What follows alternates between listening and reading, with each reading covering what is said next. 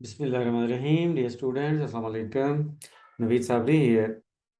10th of November 2022 को जो questions WhatsApp group में शेयर किए गए उन पे बात करते हैं। आज के क्वेश्चन ईडियम्स के बारे में हैं। ईडियम से रिलेटेड काफ़ी क्वेश्चंस आते रहते हैं हमारे डिफरेंट एग्जाम्स में। हमारे इस एक्टिविटी में भी काफ़ी पीछे आपको वीडियोस मिल जाएंगी इसकी। Question number 1,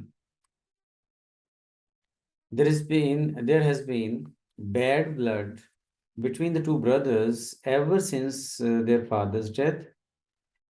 He left more to one son than to the other. Bad blood का मतलब होता है दुश्मनी, प्रॉब्लम, जो ताल्लुकात ख़राब होना, दुश्मनी होना। कहते हैं जब से उनकी बाप की वफ़ात हुई है, बाप की डेथ हुई है, उसके बाद से दोनों भाइयों के दरम्यान में दुश्मनी है, दुश्मनी चल रही है। क्योंकि बाप ने एक के लिए ज़्यादा छोड़ा और एक के लिए कम छोड़ा, यानी कि एक को ज़्यादा जायदाद दे दी और एक को कम दे दी, जिसकी वजह से उनके दरम्यान में दुश्मनी है। क्वेश्चन नंबर 2 अगर हम देखते हैं, even though Sana already had a new job, she submitted her 2 week notice and conducted herself in a professional way at her job because she did not want to burn bridges. अब इस sentence का मतलब क्या है, फिर उसके बाद idiom के मीनिंग की तरफ आते हैं। सेंटेंस का मतलब ये है कि सना के पास पहले ही एक जॉब थी, मतलब उसको एक जॉब नई मिल गई थी, एक नई जॉब मिल गई थी उसको, लेकिन फिर भी उसने 2 week का नोटिस दिया और बड़े प्रोफेशनल वे में अपनी इस जॉब को छोड़ा, अपनी पुरानी जॉब को छोड़ा। क्यों? क्योंकि वो कश्तियां नहीं जलाना चाहती थी, बर्न ब्रिजेस, वो पुल ख़त्म नहीं करना चाहती थी। मतलब क्या है कि वो पुरानी जगह पे ताल्लुकात ख़राब नहीं करना चाहती थी। ठीक है।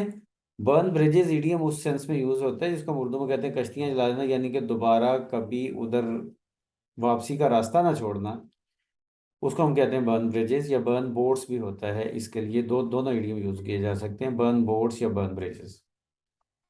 अच्छा, अब इसकी आंसर जो ऑप्शन है वो ए है। ए वाली ऑप्शन जो है वो करेक्ट है इस सिचुएशन में कि Sana did not want to ruin her positive relationship with her old employer. मतलब अपना जो पुराने एम्प्लॉयर जो है, पुरानी कंपनी के साथ वो अपना जो रिलेशनशिप है उसको ख़राब नहीं करना चाहती थी। इसके बाद आगे हम क्वेश्चन नंबर 3 पे जाते हैं। तो Ayaz had a hard time comparing the iPhone to the Samsung phone because to him they were apples and oranges. Apples and oranges का मतलब होता है मुकम्मल मुख्तलिफ चीज़ें होना।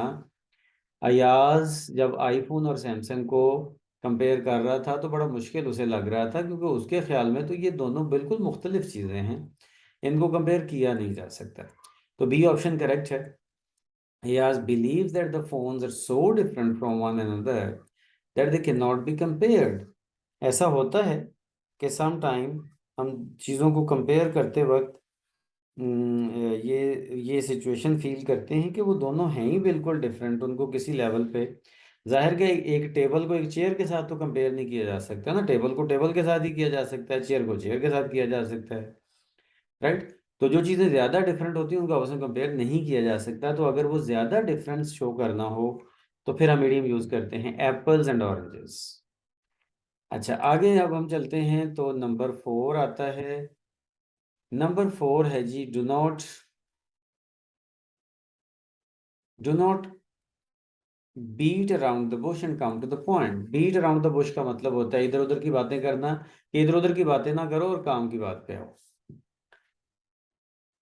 क्वेश्चन नंबर 5 है, she just barged in the room without even knocking.